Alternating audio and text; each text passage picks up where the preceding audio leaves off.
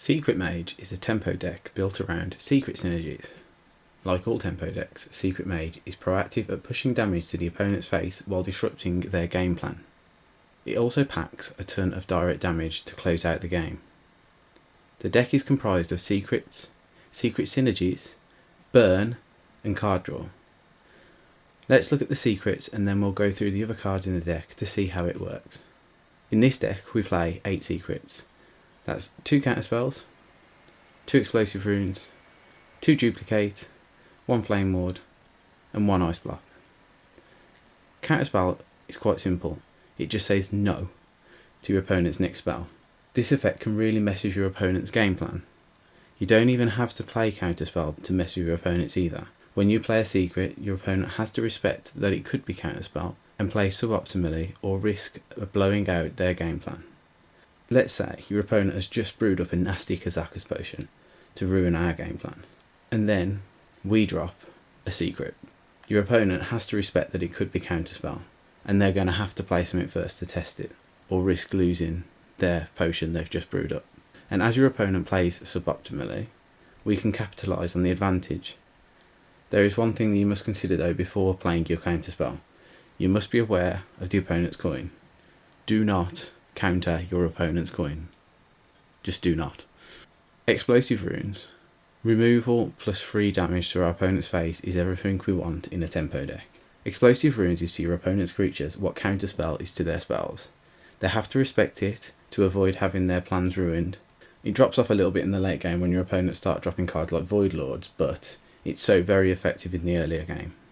It keeps you ahead on board and can also be used to disrupt combo pieces such as Emperor Thaurissan or Sorcerer's Apprentice, or just high value cards such as Satyr Overseer. Duplicate generates card advantage and disrupts your opponent, or they'll end up giving you 2 copies of our most effective minion back to our hand. It works beautifully with a 0 mana Cabal Crystal Runner. It can also make it very difficult for your opponent to kill a Cloud Prince in the late game, or we can just kill them with the Battle Cry in return. Just don't play it off a Lackey, ever. Flameward. It's essential for aggro matchups. It devastates pirate lists and token lists alike. Your opponent can play around it, but it's yet another secret that our opponent is having to play around, forcing suboptimum plays. Ice block. It's like having a checkpoint the turn before you lose the game. It can buy us an extra turn to find Fireball to steal a game, which just isn't fair. It can trigger all the secret synergies in the deck and represents any of the other secrets we've already mentioned. So that's the secrets. Let's look at the rest of the deck. We play 2 Kabal Lackey, which is our only 1-drop. It's our cheapest secret discounter and can enable some really powerful swing turns by turning on the secret synergies within the deck so cheaply. Or we can just play it on turn 1, drop an explosive runes and start beating down. We'll highlight some of the synergies Kabal Lucky can create as we move up the mana curve. This list plays 10 2-drops, 2 each of Ancient Mysteries, Arcanologist, Mad Scientist, Arcane Flakmage and Medivh's Valet. Ancient Mysteries fills out our curve. You don't have to play the secret it pulls from the deck the turn it does, and it will remain at 0 mana until you do play it. Along with a turn 1 coin, it can enable a turn 2 Medivh's Valet or an Arcane Flakmage plus its trigger, which can seize the game on turn 2 and allow us to snowball from there. Arcanologist is often our best turn 2 play. We're always happy to see it in the Mulligan and it develops our plan nicely.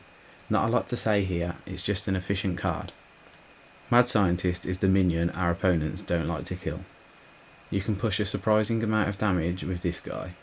Usually it's best to just keep hitting face, but look for an efficient trade or cash him in to guarantee a turn 5 Cloud Prince by suiciding the Scientist into another minion. Also, this turns on Medivh's Valet. Arcane Flatmage is our best card versus aggro, and it's as simple as that. Unless your hand is terrible, never play him without being able to get value right away. Save your Arcane Flakmage to combo with a secret to clear the board, or remove a problem 2 health minion, such as an opposing Ciliax. Excellent to pair with Kabal Lackey turn 3, or any time you want after an Ancient Mysteries has got you a 0 mana secret. The worst case is that you save Arcane Flakmage to play on turn 5 with a secret naturally. Medivh's Valet is a fantastic card to swing a contested board in your favour.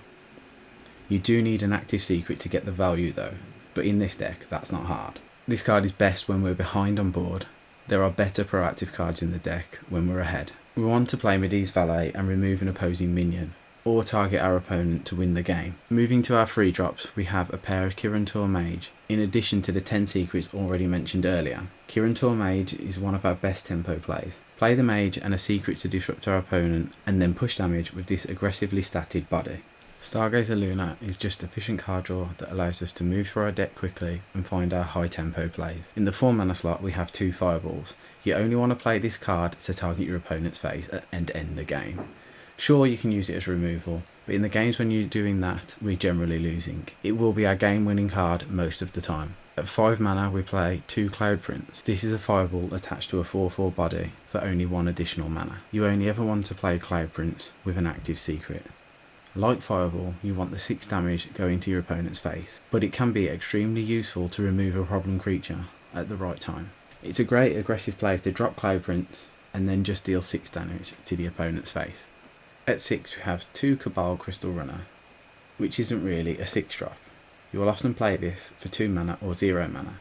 It's probably one of the strongest cards in the deck, and the earlier you play it the better. This is the most efficient beater in the deck, and don't be afraid to coin out a 4 mana Cabal Crystal Runner on turn 3, just to get your game plan moving.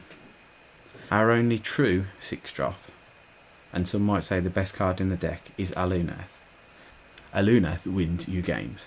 You only really want to play this when you're ahead on board, but it is also great at a time when you've just lost board control and it's clear you're not getting it back. It's really nice to play an Aluneth because you will draw into the burn you need to win the game. So that's the deck. Let's quickly talk strategy and Mulligan. As an aggressive deck, we are looking to apply pressure to our opponent and manage the board so we can maintain that pressure. In the Mulligan we want a solid curve. Ideally we're looking to use all of our mana turn 1, 2 and 3. A dream start would be something like this: Kabal Lackey into Explosive Runes turn 1, Arcanologist turn 2, Kirin Tor Mage plus Secret turn 3.